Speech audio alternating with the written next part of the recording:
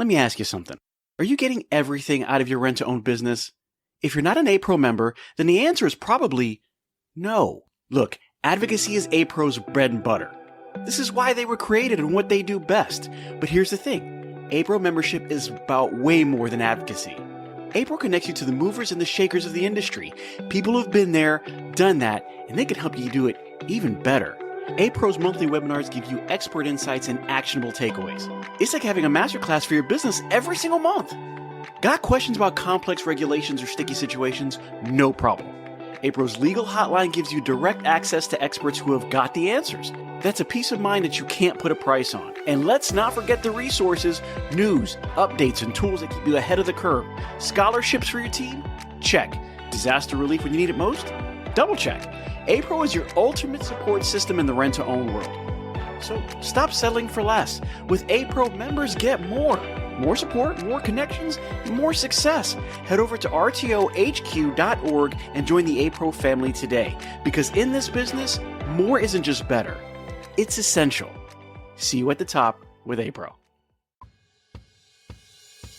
Here at the RTO Show, we're pleased and proud to have A-Pro as our premier sponsor. If you're a listener, then I know you care about rent-to-own, and no one cares more about this industry than A-Pro.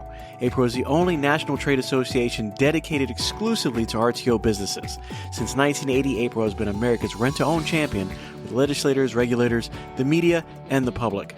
When the COVID shutdown hit in 2020, it was A-Pro that helped RTO businesses nationwide work with local officials to be deemed essential so that they can keep their doors open through the pandemic and beyond.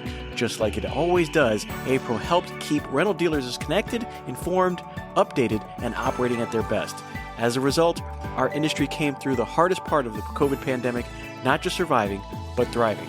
With few exceptions, you'll find that the most active, devoted, and successful people in RTO belong to A-Pro. A-Pro members are the leaders of our industry, helping shape the future of rent-to-own. You should be among them. Find out what A-Pro can do for you. Check out their website today at rtohq.org. Now back to the show.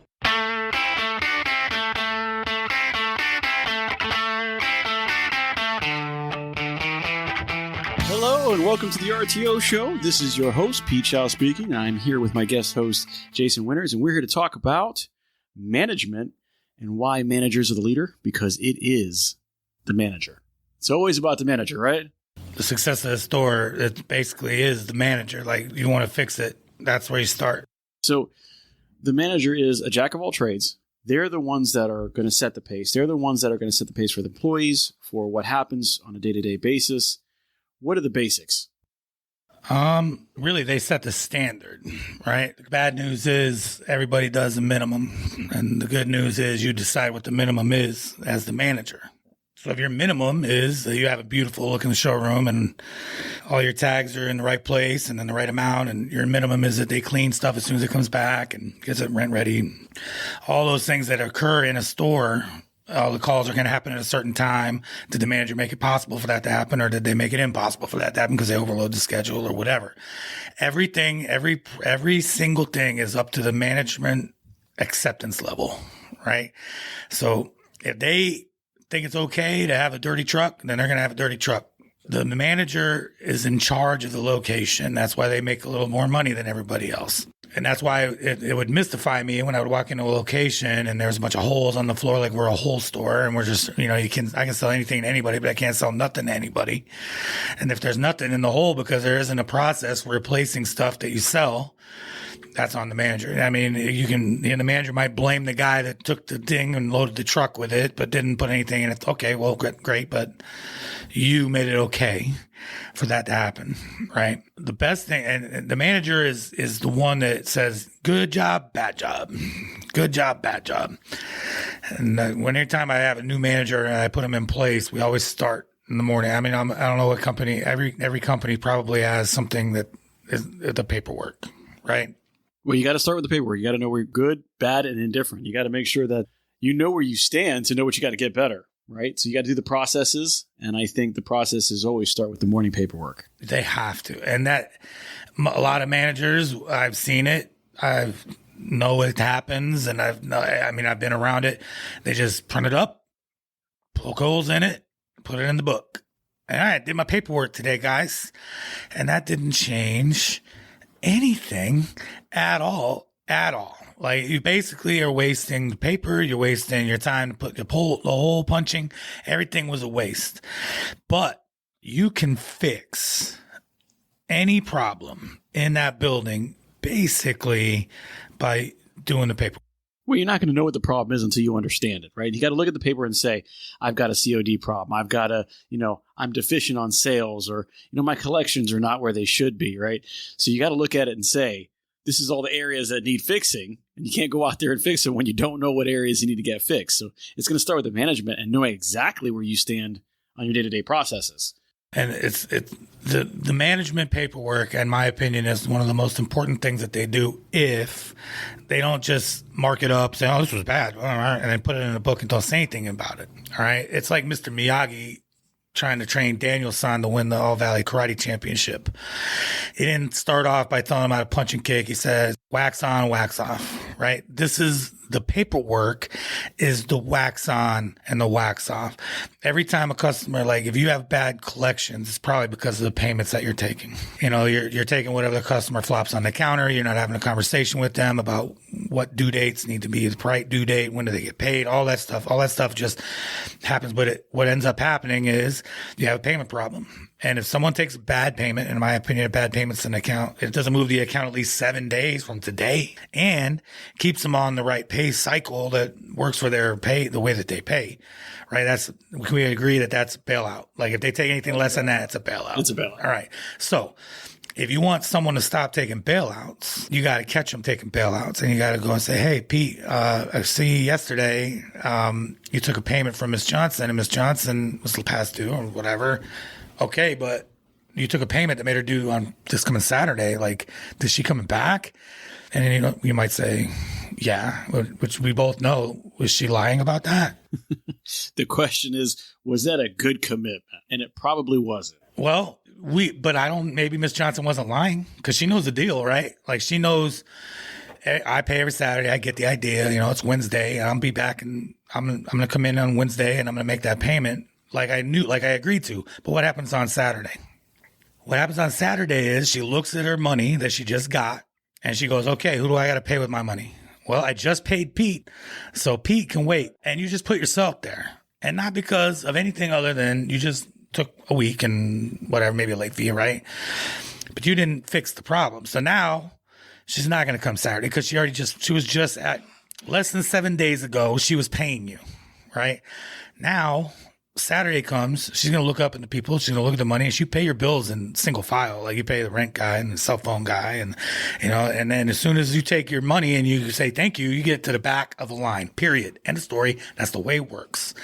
So you just put yourself at the back of the line. Now, that's why you don't do it, right? You got to struggle and explain to them why you need that 2-week payment or whatever. Okay. Let's just take that as it is. How do I stop the behavior of the coworker taking the payment, is doing the paperwork, finding a payment that was made the due date less than 7 days from today, and I got to go to that coworker and say, "Pete, what happened?" That's where the manager's got to say, "Well, next time she does that, just give me, come get me. This is how you handle it." That's always a big question. But then, I always have GMs come back and say, "Well, I did that, but I still got to rent, and I got to collect, and the phone's ringing, and people are coming in the door." And it's always that mindset of, if you don't take care of this to the fullest degree, if you don't explain it, get it through to their situation that this is what's better for what we need, what's better for the customer's payments, better for us, better for their ownership. And you don't take out that 5 minutes, you will be taking out 5 minutes for the rest of the week. You'll be taking that 5 minutes out for the rest of the 2 weeks, instead of handling it now and saying, "This is why we did it. This is why you're not going to do it again," and then follow up on it. Because if you let it go now, you're going to be dealing with this for so many different times down the road. Yes or no? Because if you're doing your paperwork every day, you're doing the paperwork, and you're going every day, and you go and you say, "Oh, Pete took another bailout. Let me go talk to Pete again. Hey, Pete, what happened with Miss Peterson now? Miss Peterson, you just took the payment. Like, tell me what happened." If Pete knows every time I do a bad sale, or I take a bad payment, or I did something that was outside of what I should have done, I'm going to have to hear the boss's mouth. I'm going to have to answer for it. And have you ever heard, like, if you do something bad, you're going to have to answer for that? That doesn't necessarily mean you're in trouble. It just means that you're going to have to explain why what you did, right? Like, why did you take that payment? There might be a great reason they only took the 1 week payment. but you don't know because you didn't ask, and you didn't ask because you put the holes in the paper and put it in the book, put it on the shelf. You didn't even ask. So now that guy that took the bailout said, well, the first time he had a problem, he didn't have a problem with this time. So I guess it's not really a rule. So when Daniel San got pissed off, right? Remember in the movie, and he got mad and he's like, hey, I came over here to learn karate. Johnny and the guys are kicking my butt all the time. And I came over there for your help. And all you got me doing is waxing your cars and sanding your floor and painting your fence and all this stuff. What are you going to show me how to fight? And he says, show me on the floor. He was teaching him muscle memory. Right. Then he started throwing punches at him, and he did the wax on and the wax off, and it was blocking all of his kicks and punches. Right. He'd already had it in, like, when that customer came in with that short payment, he knew how to handle it because the manager had taken the time out 50 times, if that's what it took, to have the same conversation, say, hey, man, you took that payment again. What are we going to do next time? Okay, next time. Okay, next time. Okay, good job, bad job, good job, bad job. Hey, I saw that you didn't take any bailouts yesterday, Pete. Nice job. Good job. Keep it up. Hey, man, I saw the payment from Miss Peterson last time. You took it, but this one, you did it right this time. Nice job, man. Good job. Good, just like that. Now Pete knows how to take a payment. Now Pete is going to do it right automatically. And when that customer says this, I'm going to say that. When that customer says this, I'm going to wax on and I'm going to wax off this. And then and then the next thing you know, we're both going to win because customers' accounts going to be on track. They're not going to have, their phone's not going to be getting blown up from me. I'm not going to have to bother them. Everybody's happy. Right. But that only happens if you use the paperwork as a way to train your employees on what's good, what's bad. If you do an agreement with terrible depreciation and no one says anything, apparently it's okay to do agreements with terrible depreciation, and that just becomes what you do. Let's take a quick break. Hey everyone, it's Pete Chow here from the RTO Show podcast, and I want to tell you about a company that's making a real difference in the rent-to-own space, Wow Brands. I've seen firsthand how they approach marketing. And let me tell you, it's not just about ads. Wow Brands builds complete digital ecosystems designed specifically for the rent-to-own industry. Their e-commerce and lead generation strategies are built to bring in qualified leads. And did I mention that they are actively working with the rent-to-own industry while also being members of APRO and TRIB? Listen, these folks are passionate problem solvers. They don't just slap something together. They design, build, and scale the kind of digital retail tools your business needs and your customers actually want. So if you're serious about growing, reach out to Wow Brands at wowbrands.com. I trust them, and I think you will too. Now that's a whole nother ball game, but I agree. We got to watch everything that we do. Now, when you come in and you're looking at these reports, you have to get them to buy in, right? There's got to be that buy-in. Like, what is a problem with doing this way? Why are you always coming to me and saying this is the deal, or this is where learning and training and coaching kind of take place, and being able to tell somebody this is the reason why, and this is the effect of it going forward, or leaving behind this bad stain, and here's what happens. Then you have depreciation issues where it's getting paid off for next to nothing, or you let that fee go again, right? And there's no reason why they shouldn't be laid down because there's no consequence. And forget the benefits of whatever it is to the store, so that you get to explain that in a whole different ball game and be able to sit down with them and say, these are all the reasons why this matters. This is why we have the report. I mean, I always just start that. Well, this is the reason why I have the report, because this is what happens because, right? Yeah, but also you're giving yourself opportunities to catch them doing it right, and saying, "Hey, man, nice job on that depreciation on that couch the other day or yesterday. You just do it just like that, man. That was awesome. Do it again." Because that's almost it's more effective than the negative part where you're telling them don't do it. You got to tell them when they correct the behavior, you can get an opportunity to say, hey man, nice work, keep it up, good job, bad job, good job, bad job, good job, bad job. It just becomes the way they do it automatically. Muscle memory, wax on, wax off, no problem. Well, the memory too. I mean, I've always noticed that the more that you have somebody involved in their reports, the better they are at it too. So not just being able to catch people doing something wrong, making sure that you catch them doing something right as well, but also the more that you look at a report, the easier it is for you to pick out those little needles in a haystack, because you're really looking for something. You have that memory, right, of going through, yeah, I know what I'm looking for. I'm looking for, it's not just a paper full of numbers. After a while, the more you do it, the more those numbers stand out to you as to good, bad, or indifferent. And you as a manager get to go through it a lot faster. You build that time frame where it might take an hour. A couple months later, it might just take 30 minutes. And it might just take 15. because you're on top of it so much that you know. As long as you take that extra step and go and do the good job, bad job. Right. That's the most important part. That's where the training happens. That's where people learn. Making sure that after you go over these things, you got to bring them up to level. We got to hold them to that standard. We're talking about holding them to that standard and making sure that they're up to that level. And they know if they don't perform to that level, we don't have to beat them up all the time, but we've got to let them know that it was a subpar performance. And I think sometimes that we forget that, or we get busy, or we allow that to slide. I think you've said it before, is that, what you accept is what you'll get. The bare minimum is what they'll do. And if we're doing the bare minimum, they're going to learn to accept the bare minimum. That's what they're going to give you. And so when you're going through these things, you can show, hey, this is the acceptable part, and this is the unacceptable part. We can't live on the unacceptable part. And of course, there's always exception to every rule. I think a rent-to-own has been born out of an exception. But your majority, your 90, 95% have to live in this area. Okay. It's not always little Johnny with that stereo set or that bunk bed set that you just don't want back, right? It took you 6 months to finally sell. You don't want it back. Right. Sometimes you catch someone putting bad depreciation out. You might be like, good job. You got rid of that. So it's getting back to that, the subpar and the good par, and letting somebody know this is the right thing, this was the wrong thing, but being able to scan those reports and being 100% more efficient yourself at finding those things is going to make yourself better. And then it's a training opportunity to get somebody else built up to what they do. But then, right, so as you sit down and you're going over this stuff, you have to do what you have to do, right? And they have to do what's being told. You know what I mean? Like, you can't just say it every day, all the time. Okay. There has to be that level of acceptance. You gotta have a plan. Listen, we kind of said this like 10 times already. All right. We can't have this conversation again. Right. So based on the management and, checking everything out, holding people accountable, making sure you're checking out the good and the bad, you also have to stand what you believe in and say, bro, enough of this enough. You know what I mean? Like, we've gone through this. If the identity of the store comes from the manager, right? We're going to be known for what? Like, what are you known for? Are you known for great collections? Great. That's a great thing to be great at. That you need a store that's going to be, I'm the one that has the biggest APB or whatever you call it. Pick something to be known for it and be known for it. Hopefully it's a good thing. The bad things are easy, but they don't really last that long, right? You want to be famous, not infamous? Right, right. And that's the other thing about the manager being everything. Like, if I got a manager that's really good at sales, they live sales, they follow up, they make sure they know what the store should look like that's going to get sales. They know how to put things together to make it look attractive to the customer, all that stuff. They love sell, they live selling. Like, usually there's a sales guy or a credit guy. There's people that are good at both. Usually people gravitate to one or the other. So if I got a really good sales guy, what does the assistant need to be?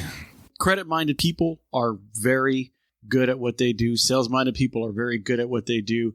And you always think that you can do both, right? I've always said that. I've always said that in the show. We used to ask everybody in sales or credit, and everybody has their ideas, but you gravitate to one or the other. You do. And hopefully your district manager is smart enough to pair you up with someone that's the opposite. Yang. We actually did a show on that, the 1-2 punch, and you got to set somebody else with the opposites. But that also comes from the manager, right? You've got to be able to go into your mindset, your paperwork, or whatever it says, and you can look at it and see, okay, this guy's not putting out as many sales as he could.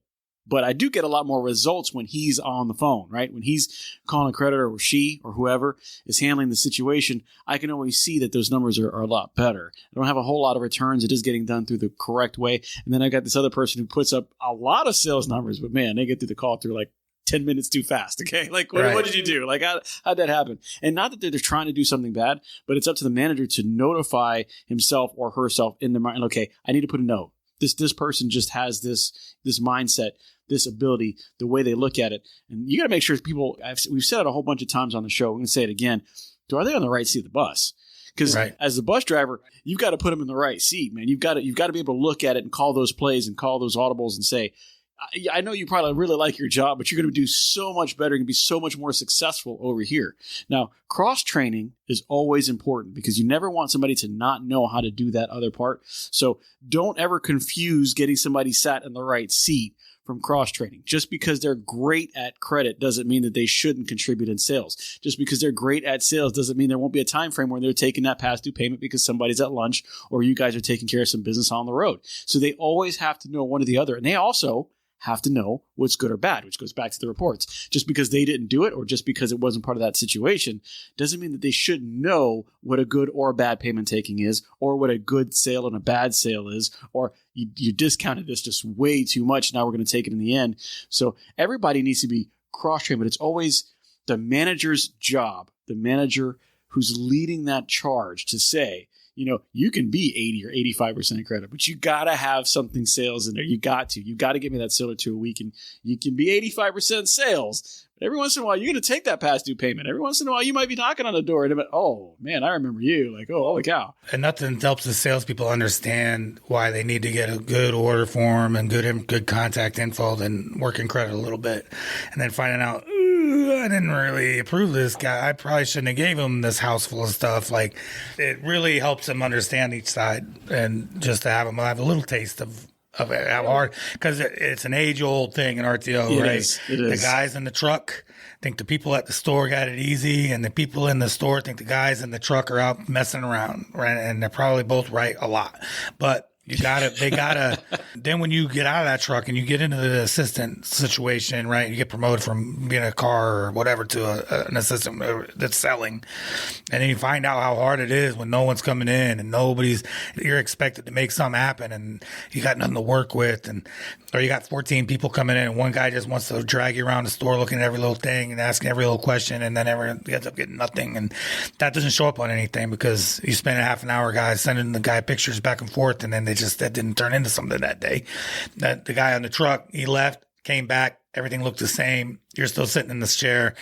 I just sweated because I was at the top of the third floor with this sectional that you just sold to this guy I'm gonna probably pick it up next week because, I mean, the manager has a lot. It's a hard job. And they're in charge of making sure that both sides kind of play the same part of the band and making the music the way it's supposed to be.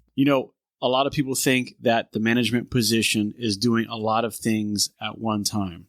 And although that is very true, I think when you're driving a car, right, you see your speedometer, you see your RPMs, you know where your gas is, you got to use your blinkers, you got to look behind you. Those are all things that are pertinent to getting the car forward.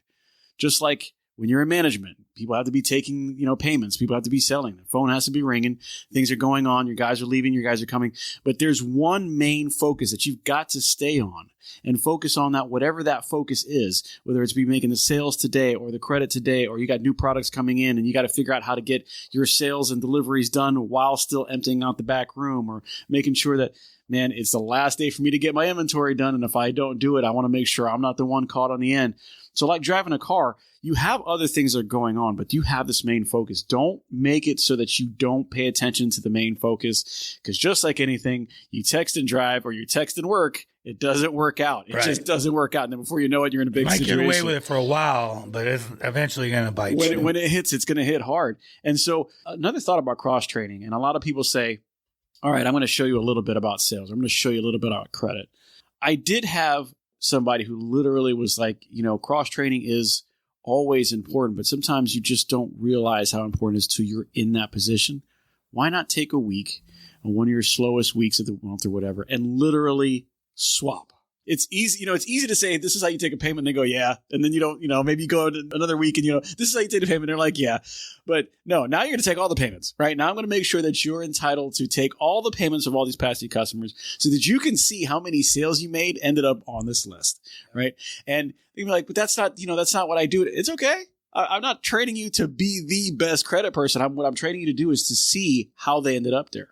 Right. Yep. And when you're looking at the references that you didn't add, or you're looking at the payment schedule that you didn't really pay attention to, or you didn't get that address 100% correct, like you forgot a number, or you just tweaked that 6 looked like an 8, or we're not really deal, sure. Right? It's not a big deal, right? It just set us behind by 2 hours today because it was the 5th Street, not 5th Terrace, and 5th Terrace is on the other side of town, and now everybody's late. Exactly. And so now you got the drivers calling you, I don't know where this is at. Right. So, and really, really swap that situation. In management, yes, it might give you a chaotic week, but I think it's going to give you so much peace at the end to say, you really know what a good job is. You know what a put together file is. You know what it's like to call that customer and then them tell you, hey, man, this guy didn't set me up right. Or really try to work out and, hey, listen, I know that you don't have the money right now. Let's work out a time frame where I can get it back to you. And the salesperson, is like, yeah, that's great. And the credit person's like, no, don't ever do that. And it's like, Well, yeah, but you know how hard it is to get a sale, and you know how hard it is to keep your payments on time. And when you put that together, that's what makes management. Right. There's a lot of hats, right? There's a lot of hats. You got to think of yourself as a coat rack. What hat are you putting on today? You know, and you got to build a team, like you were saying. You got to build a team of different-minded people. Yeah. With the same goal, but different-minded people, right? You can't have everybody who's credit-minded because you won't have any customers. You'll collect your way down to nothing. Right, and then you can't have all salespeople because you have a whole lot of customers and no money coming in, right? Skip your way down to nothing. Right, and your drivers also have to understand it. Again, sometimes it'd be great, and I'm not saying I would swap this out completely, but every once in a while, put your credit guy on a truck to do a delivery or a pickup. Put your salesperson on the truck to do a delivery or pickup. Or, when they're saying, hey, we haven't done enough flyers this week. You know what? At 94 degrees, you're probably right. Why don't you hop on the truck with that driver and go out there and do it for 2 hours? You let me know how it is. Can we squeeze this delivery in? I don't know. What are you doing? Right. Yeah, you can. You can do. I got the van sitting right over there. You can take that washer dryer right now. Go ahead. Right. I believe in you. You can do it. You're right. We can do it. And so I think that training really helps everybody understand that when you're looking at the importance of the reports and where that gets you, when you're looking at the importance of a job, when you're looking at the importance of why am I doing this and why do you keep on talking to me about this every day? This is exactly why. So that I can show you and you can see visually. I think it's great to understand as a manager, the door opens with you, closes with you, and everything in between is just what you got to get done. Right. And it's so important for managers to take a hold of that. And if you're a new manager, because we've talked about the new manager experience, it's not just about being a new manager, it's being about an effective manager. Knowing that it all starts and stops with you, period. And sometimes you can speed up by slowing down. Some managers I see get in and they just want to do everything every day and they want to tell every customer yes, and I'm going to be there. We're going to do it. And I'm going to, and we keep adding, and then they run their guys ragged, and they end up just stealing time from you out on the road because they know if they come back early, they'll guess what? You're going to find 50 more things for them to do. Like, you got to start every day with a plan that's pretty much achievable. Maybe leaves a little wiggle room for things that go wrong or things that happen or things to be added down the road, but it's got to be built in. And you got to have your cleaning. You got to empty your truck. You got to get it ready for tomorrow. You got to fill the holes on the showroom floor. Every day you walk in, you should walk into a nice clean showroom that's ready to go, right? And it's always hard for me, like when you walk into a showroom and it just looks blasted, right? It's the manager's fault. I don't care who didn't put what where. I don't care who called out. I don't care whatever happened. It's the manager's fault, period. And the district manager's got to have that mentality, because those people in there got to do whatever they say. And they obviously didn't say fill the holes or clean it up or put it back out. Like, there's got to be a level, and it all comes from having a standard of what's acceptable. It all starts, ends, begins, everything with the manager. Like, I've had stores that were ready to close, put a new manager in there that's been successful somewhere else. All of a sudden, next thing you know, it's the best store you got. An old manager, oh, this place sucks. This area stinks. No one ever comes in. The big lot's closed, so now I don't got no traffic, and it's all, well, all these things, it just isn't them, right? It's just, point the finger, you got to pull the thumb. Well, hey, everybody.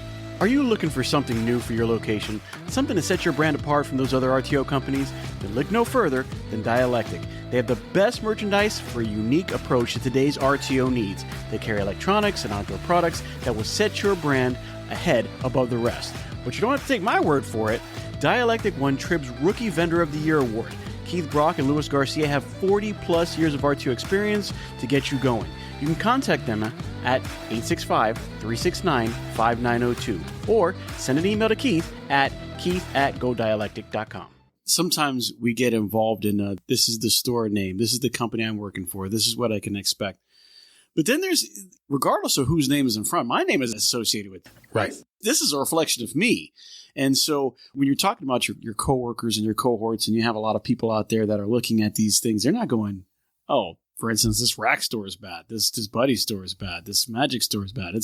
This person is not getting to the standards that they need to be.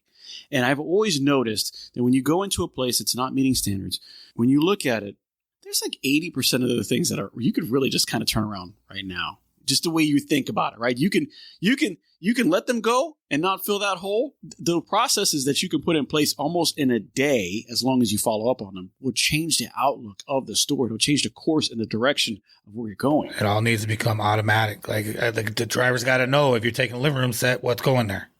What's going in the spot? What are you putting there? Or you got to at least have the plan for that. We're going to put that blue one in the back right there. Right, we're going to deliver that TV. We got one right over here. That one's going to go up there because it's idle, and we're going to move it to the front. We don't have holes. You load the truck, you take something off the floor, you put something back. I don't care what happens. That's what we do. You decide. You're the manager, right? And the same thing. We're going to be on time to our customers' deliveries, period. We're not going to, and if there isn't, then there's people got to answer questions. They got to say what happened. And maybe there's a great reason. And okay, well, next time we're going to make sure we do it because that's what we're trying to do. Right. You agree? Yes. Okay. Then we agree. You know what I mean? But at some point, every store that I've ever been associated with, and it's been a lot, hundreds of stores over the years, it's a rowboat. I just think of it as a rowboat. Everybody in the boat, there's 4 people, 5 people in a rent-to-own store, 6, maybe bigger stores have a lot more, but whatever. The average store, 5, 6 people at the most, all of them in a rowboat, rowing in the same direction. They got to get to Paradise, which is on the other side of the river, and everybody's got to row.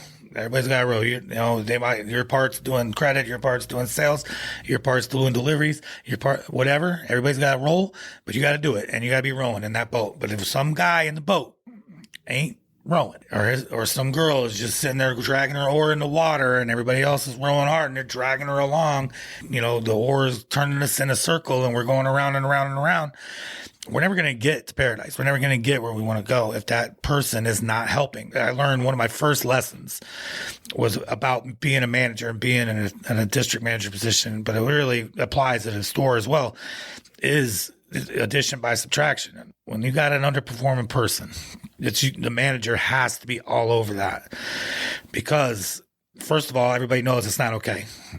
What he's doing, she's doing, is not okay, right? It's going to. You don't want to have. I don't want that happening to me, so I'm going to just do what I'm supposed to do. Everybody else is waiting for you to do something about it because they're all rowing, and they see her in the back doing nothing on Facebook, while everybody else is trying to get us to Paradise, and we're all sweating and pushing. We kick her out of the boat. It's like Survivor, man. You get voted off that island, kick her out. She's either rowing or swimming, and you get them out of the boat. The boat gets lighter. Everybody starts the things that we're assuming that they're doing. Someone does it for real. Like someone actually makes the sales call. Someone actually calls the collections. Someone actually calls the customers and does, follows up on the deliveries. Someone actually does all that stuff. Because when someone is getting paid to do a job, they're going to do their job, but very rarely are they going to do everybody else's job as well. And if they are, they're going to complain about it. And that's what causes controversy inside the store. So the sooner you remove that person, even though you're shorthanded, people are so afraid to go shorthanded. When you are shorthanded, you have to spend an hour or 2 a day making sure that you aren't very shorthanded for long. But you can't be afraid to do it either, because then you're just going to get that. And then you're going to get 2 people not rowing, and then 3 people not rowing. And then the next thing you know, the boat's just stuck or sinks in the water. But if you get 2 good people in there really rowing their hearts out, everybody on the same page, everybody going there, that light boat, it's going to get where we're going. But the captain, the manager, it's got to just keep everybody. And the guy that's rowing is not going to look at the other guy and say, well, if he's still here, I'm good. I don't have to work hard. I don't have to sweat. I can get on Facebook and I can just do what I'm doing, because as long as they're here, why am I killing myself? Well, you're only as strong as your weakest link. And if you 100%. Think that anybody's not watching. In a small team like your RTO store, 4 or 5 people, that's 100% true. Because the speed of the leader determines the rate of the pack, right? You've heard that. That's the manager. That's 100% true. But that leader better be looking behind and making sure that everybody's keeping up and going where they're supposed to go. It's a constant evaluation. We'll kind of go over that some other time. But one thing I've noticed in the newer mindset of a lot of managers, and this is something that's been coming up a lot more lately. And I remember, let's say, let's go to mid 2000s, right? 2005 or whatever. We are getting a little bit more savvy on tech. Some of us we're just not getting into cell phones. You take that another 10, 12 years, your phone lets you know when somebody posted something on Facebook. The phone lets you know when Amazon's orders are there. Your phone lets you know when there's a storm coming. Your phone lets you know that there's some Amber Alert. And I'm not saying it's not important, but it's going to let you know, right? It's also going to tell you all kinds of things. And you got all these distractions. Well, then now you got watches. And now you got other apps. And now you've got a lot of distraction. And I want to say a lot of the customers that I've seen, they almost catch it first. I've seen customers catch it first. He's always distracted. Like he's working, but he's not working. I want to be important. I've seen a lot of good managers get bogged down with unnecessary work. Their distractions keep them from being where they want to be. It's crazy. The coffee break's important. The smoke break's important. The conversation about last night's game is important. I got to check my phone. My spouse is calling me 3 times a day to find out where we're having dinner tonight. Boy, that's a whole lot of distraction. Now what happens? Now you take a 10-hour day, you make it a 9-hour day. You make a 9-hour day and an 8-hour day. Then you've got to squeeze actually working in that time frame, because now you've got 10 hours worth of work that you've got to do in 8 hours, or 8 hours you got to do in 6 hours. And now you're not paying attention to it the way you should, because your mind is not fully on it, because your mind is on, I've got to get through this. Now I'm not looking at the reports the right way. Not telling Joe or Jane, why have you done this for the 3rd time? Again, not looking at the floor and going, God, I don't know why I didn't catch them. They left. They didn't put the hole back. Put the distractions down. Because a lot of people are so connected to their world that they forget that they're in the world, and they step away from it to do everything that's unnecessary. And I'm going to tell you guys, gals, management, not management, be there. Be there, and it'll be the easiest 8 hours that you have. And sometimes, a lot of people say, back in my day, I agree. We didn't have half of this crap. I didn't even have a cell phone when I first started. I have cell phones. I did have a pager, I guess. And so, when I started, I was on Green Bar, and literally, man, I had to write down everything and just go through, and I just didn't have the time for the rest of it. And as they made things easier, it kind of gave us time. And what do? We filled that time with something else. And as managers, I think we have a tendency to do that. Sometimes you just got to remember, if it's not important, put it aside. If it's not important to the manager, it's not going to happen. It's not. And so every time that you lift up your phone, somebody sees that. Every time that you walk away from what you're doing to do something else, to put something else and make that thing important, so are your guys. They're going to see that. And when I always say lead by example, but distractions can be an example of exactly what not to do and what you're going to accept from the people that you have. And guys, when we say it's the manager period, we mean that. We're going to talk about putting a huge load on the manager's back. And I understand that it seems like you're a total right now and you're kind of carrying their world with you. It's not that. But it's the processes that you put in place that are going to streamline this situation. And if you carry around your duties like the turtle carries around that shell, you will not move but as fast as that turtle moves. You've got to make it a priority to do what you have to do on a daily basis and make those distractions disappear. You have to stay on the course. Or you got to schedule your distractions. Like, it seems silly, but you got to schedule interruptions. You can't schedule every second down to the millisecond, right? It doesn't work. I've seen guys that'll sit there I'll send them an email, right? And I'll get an email back right away. I'm like, why is this guy reading email right now? Like, because they think they have to be like, oh, yes, boss, I got that right now. And they'll send it right back. But maybe at 2:00 you check your email. And then maybe at the end of the day, more in the beginning of the day, I'm going to probably, communicate some stuff out to you. And then at about midday, just in case something came up that you might want to know about. End of the day, before you go home, check it. But you just can't sit there all day. You're right about that. It'll eat up the day. You got to schedule that kind of thing. You got to schedule the time to clean the bathrooms. You got to schedule the time to clean product and merchandise. And you got to schedule time to train. You got to schedule all of it. That's why the manager is so important. You know what I mean? You got to have your routines that you do every single day, no matter what. And if you just come in and just flop down over and whatever happens to you happens, and we just gave her hell and we tried our best. Everybody was busy all day. The store that's disorganized and doesn't have any real direction or doesn't have anything, and the store that is real super organized and is really firing on all cylinders, they both work hard. They really do. The smart ones are working on tomorrow. And then the other ones are struggling with today or yesterday. But they both work hard. And just because they're struggling doesn't mean they don't care. And it doesn't mean they aren't busting their asses. They might be spending an enormous amount of time on things that don't matter. You know what I mean? But they think they do, or they are hoping it does. There's also the ones that are, all right, so tomorrow we got a bedroom set. I'm going to build it tonight. So that's a 5-minute delivery, not a 2-hour delivery. You know what I mean? I got this tomorrow, and we're going to make it easier on ourselves tomorrow and do your future self favors all day. Instead of, I told this customer yes, I told this customer yes, and I told them, and then I'm going to disappoint 2 or 3 of them. Well, that's 2 or 3 today, and then 2 or 3 tomorrow, and then 2 or 3, and then we never get around to fixing that washer for that guy because he's not being a jerk about it, and he's still paying his bill, so he's the last one that gets felt. Come on, man. And I've been that guy. I've been the guy that was just stressed out up to the maximum, put in 60, 70 hours. Just can't figure out what's going on. I mean, I'm working there. I care. I'm failing. Until you sit back and sometimes collect right now, this time of year, sometimes collections get out of whack.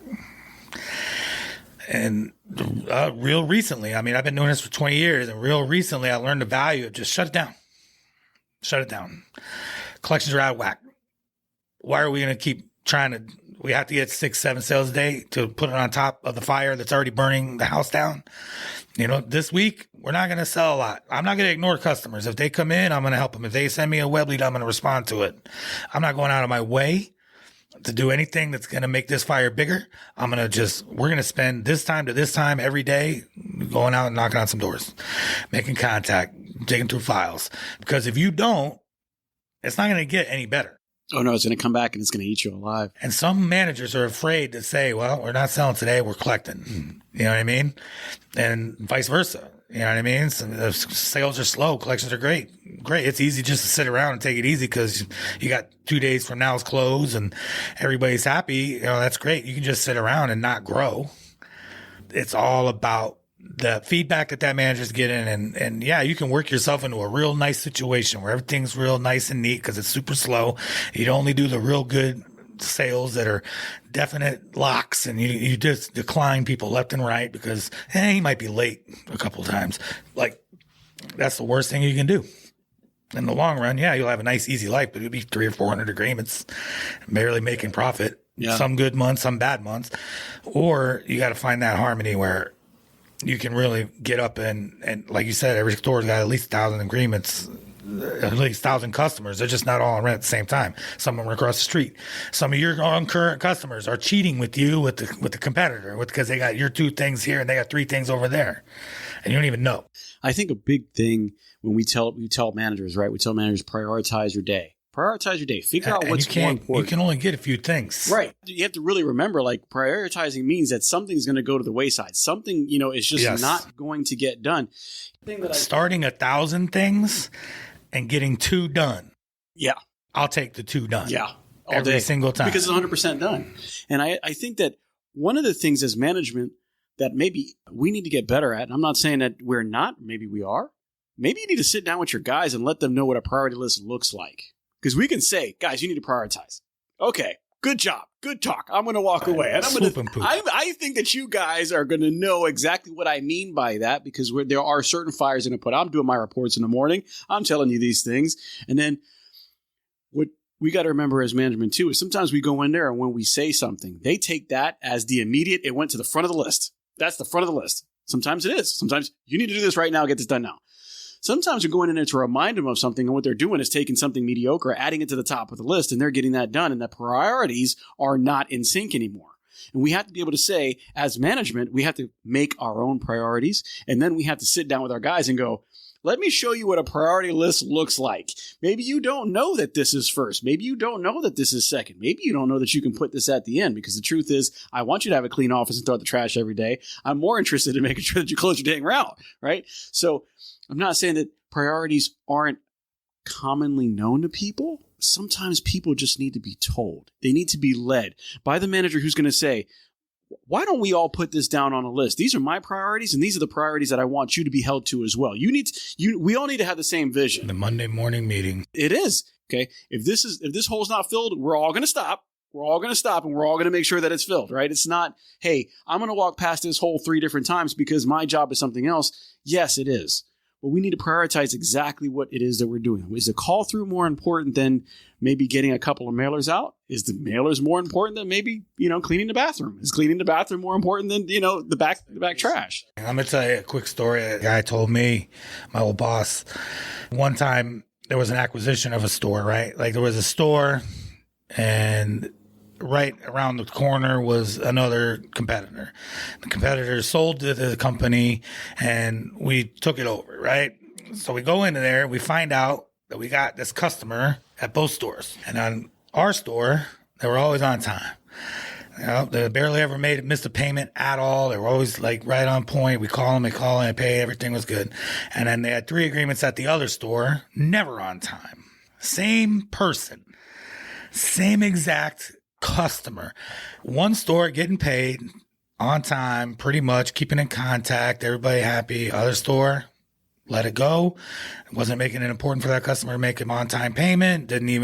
Probably didn't call him, was pencil whipping their calls. It was no repercussions.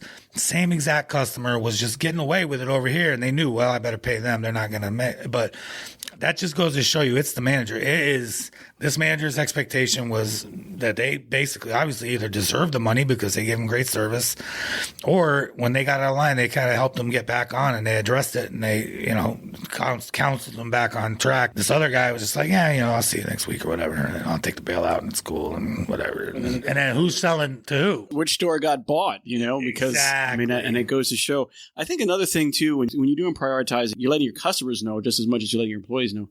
I have a do not disturb on my phone.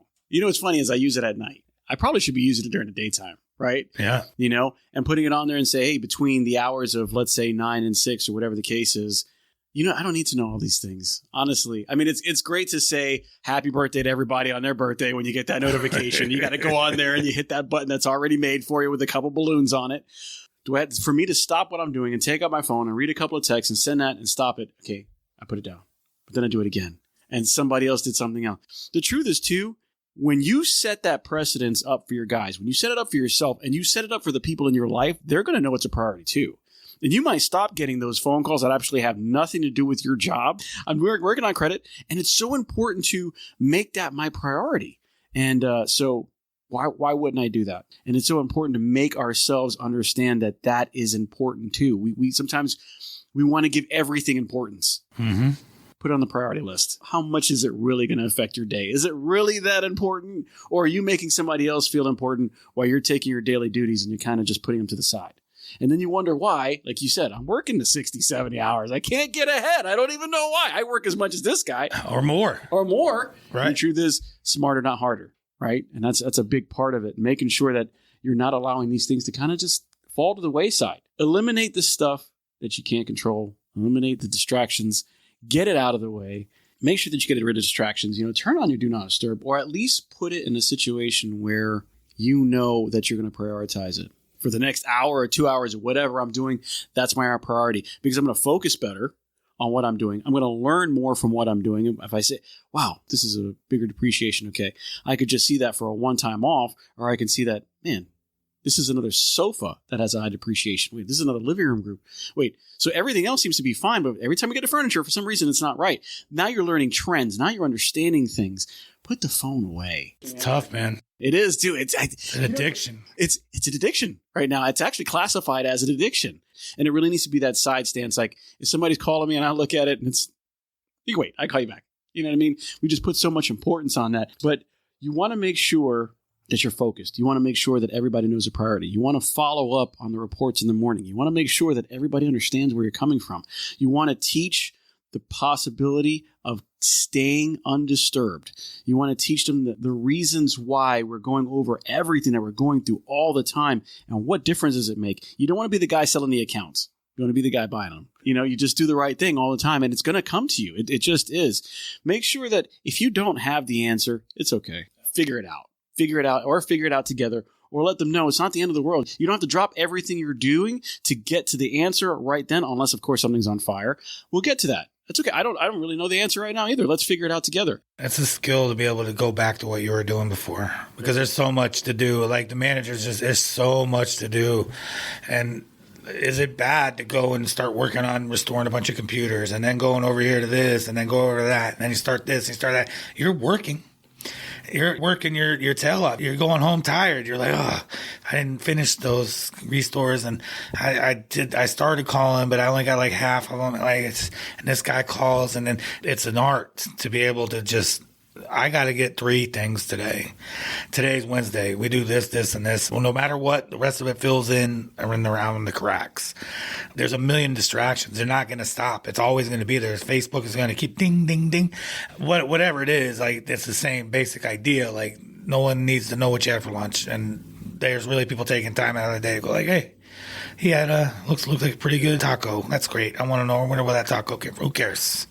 You know what I mean? When you are wearing that jacket, when you are wearing that, I'm the manager and all things start and stop with me, you have to be present. I can't even say that enough. I think the biggest thing is, yes, you need to hold everybody accountable. Yes, you need to redo and teach and train and learn and coach and follow up and do not disturb, but you got to be present. And if you're not present, you're going to work harder. You're going to work longer. You're going to stay frustrated. You're not going to like what you're doing, right? Monday's going to turn into, yes, I get a new week, or God, I don't want to be here today. How close are we to Friday? And it changes your mindset. And it's also going to change the mindset of the people around you to make management a priority. Make what you're doing the priority. And like you said, Jason, it doesn't matter how many things you have on a table. It matters how many things you get done. If you're working 6 days a week, and I hope you're not, but if you are and you do 3 things a day, that's 18 things done a week. Yeah, I'm just being honest. At the end of the month, at the end of the year, you can count those things. Yep. You can count as many things as you want to say you get started. But if they ain't done, it doesn't matter.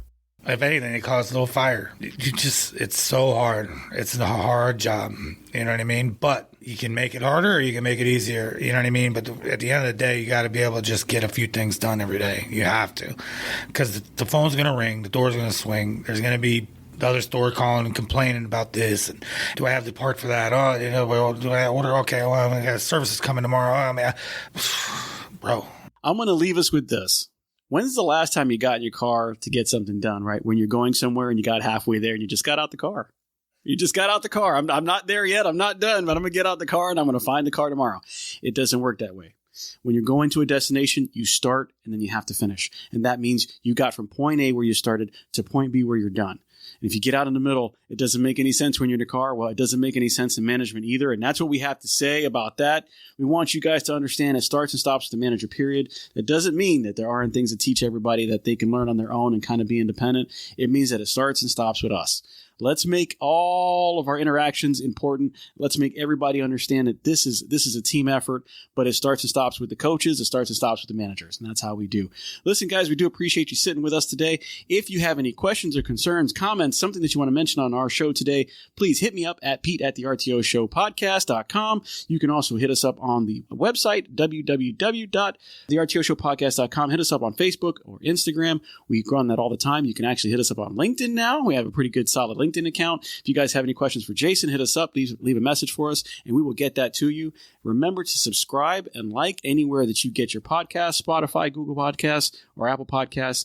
And as always, remember, this is the RTO Show. Keep your collections low, get your sales high. Bye-bye.